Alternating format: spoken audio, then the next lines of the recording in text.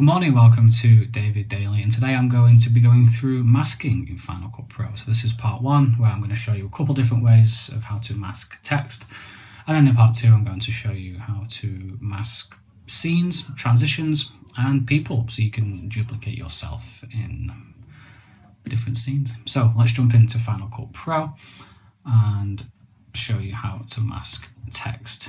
So I've got this very simple clip here of the phone moving across the screen, and that's sort of tip one, if you like.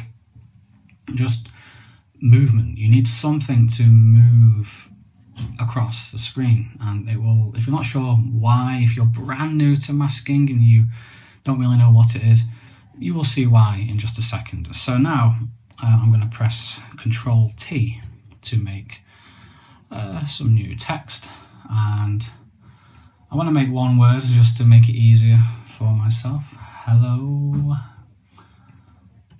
My favourite font of graphic medium. And then we can just make it bigger there. Cool, put it right in the centre. So let's start the masking process. So now obviously the text is in front of the phone, and our goal is to have the text go behind the phone, and then as the phone wipes across, we reveal the text. So that's why you need movement. So I'll zoom in so you can see exactly what I'm doing. And if you come over here to your effects panel and type in mask, not in 360, in all, or you could just come to masks and then go on draw mask. So you've got different types of masks here. This one that we're going to be looking at in all of these videos is a draw mask. I think it's by far the most common form of mask. And what we want to do is we want to mask out everything that's being covered by the phone. So we're going to come into the frame level. So all these here that you can see, here's one, these are frames. And as you go over each individual frame, you can see the picture moving. And that's what we're going to be working with today. So we're going to drag we've already dragged our draw mask onto the title. And when you do that, if you come up here to the inspector, you see the mask is here, and it's telling us to click to add a control point. So we will do that. I'm going to add my control point just on this frame. And I literally want to, now I'm going to zoom in to Final Cut Pro, and I'm going to put my mask on the edge of the phone. I'm going to make it as big as the hello. Make sure the mask covers the hello. Then I'm going to invert it. So now it's disappeared. And for as long as the hello is behind that mask, it's going to stay covered. Doesn't matter what the phone does. The phone is irrelevant. It's just a mask. So now that's one frame. You come to the next frame and you can see the phone has moved, but the mask has stayed in the same place. So what we do is on our original frame, we can come down to transforms, and we want to add a keyframe. These keyframes are what keep the mask in place. Now the position changes, the rotation is not going to change, the scale isn't going to change, and we're going to make a keyframe on control points. These are the individual points of the mask. So we have 4, 1, 2, 3, 4, 1, 2, 3, 4. Very simple. Let's go to our next frame, and we can just close this, add a keyframe on control points, add a keyframe on position, and then literally just move the mask. And if you can't see, then you can just zoom in as much as you can. And this phone is a bit blurry. In fact, the whole clip is out of focus by the looks of it, but it's not that big of a deal. We can make a feather for the mask, but I'm going to keep it at 0 for now and see how much of a feather we need, if any, later. So we come to the next frame and we do the same thing again. Keyframe on control points, keyframe on position, move the mask. Same thing again. And now there's our text. The first bit of text is being revealed. And of course, the slower the movement in your clip, the more frames you have to add. That's just how it is. Same for me, same for everybody. Which masking is usually the point in the edit where I put on the radio, put on a YouTube video and watch it while I'm masking, because it's a very monotonous process.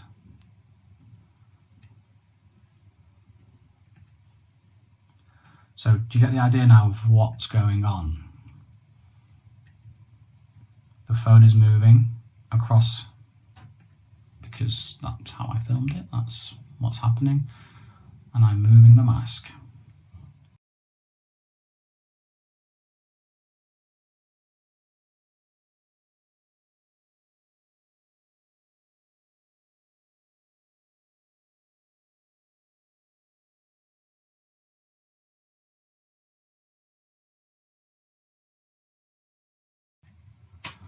And of course, I've chosen a very simple way of demonstrating. We've got a perfectly straight line. It's up to you when you're shooting to have in mind, you know, this is going to be a mask. So you can just give yourself the opportunity to make the best mask that you can. If you try and shoehorn a mask in later, you give yourself a lot more work to do. So shoot with the mask in mind, shoot with the fact that this is going to be masked. Then you can keep your camera speed just optimal for masking. Okay, so now that the text has been revealed, we don't need to do anything else. So we can come to fit, and I might need to do some work back at the start, and you can see if I zoom out, you see what's happening is the mask moves across.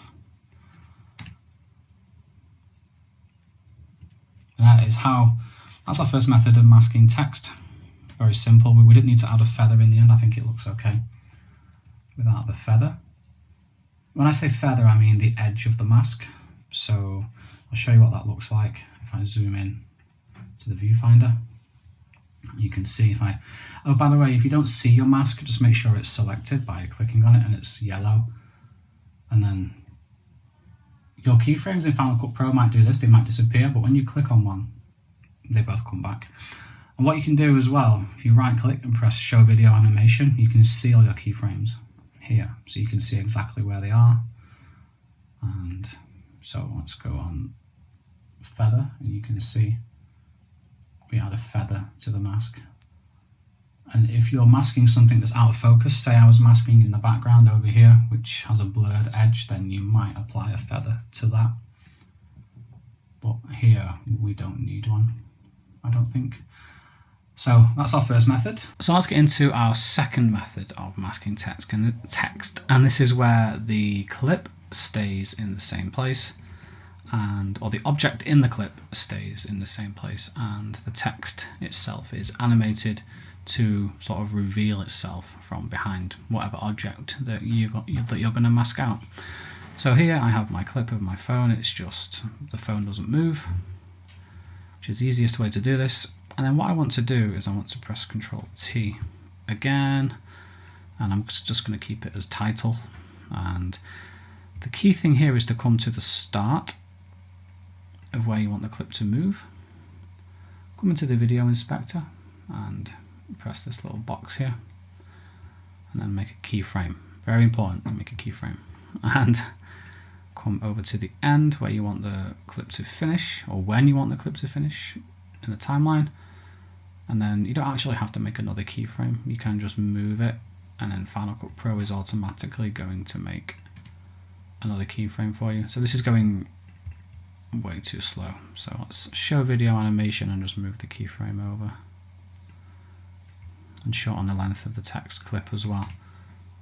So still going quite slow, but it doesn't really matter. So this time what you want to do is you can press Option and then click on the clip, the main clip underneath the text, and then drag it over the top of the text. So now you have two clips and the text is sandwiched in between. Now you don't have to keep this clip the same length. This clip is the one we're going to be masking, so you can cut it. When the text finishes moving, you don't need it anymore. And to show you what to do now, we select our clip, we can come into our effects panel, come into the masks again, draw mask onto this top clip. So now what you can do, because this second clip is covering the text, you can press V on your keyboard to reveal it, to hide it, and then you can still make a mask even though the clip is hidden. And you want to just keep an eye on where on the trajectory of your text. In fact, what I'll do, because the text goes over the volume buttons over here, I'll just make it a little bit easier for the demonstration. And I'm going to come to this second keyframe and I'm going to move the text, have it come straight across instead. It's just easier for the demonstration. So now the text moves across. So let's get back to making our mask. So I'm going to mask out the whole thing. We don't want you to see the text behind the phone, so with our clip selected, with our mask selected, make our first keyframe, control point, and then just make sure you cover the whole time the text is behind the phone. And now if you were to bring this clip back by pressing V, it's hidden. And when the text moves, it basically just comes out from behind the mask, because the text doesn't have the mask on it anymore, this clip does. So if we go to fit, you can have a better look at what that looks like. There you go, and it's that simple to animate text coming out from behind an object, and you can keep the text there for as long as you want. You know, this is all up to you now, what your text is doing and how long it's there for. So it's a lot easier when there's no keyframes involved. If we show the video animation, you can see there's no keyframes involved in the mask whatsoever. There's no keyframes whatsoever, just like there was last time. So that is your second method, and that is the end of my text masking video. Stay tuned for part 2, where I go into how to duplicate yourself in the frame and how to use masks to transition as well. So thanks for watching, and I'll see you in part 2.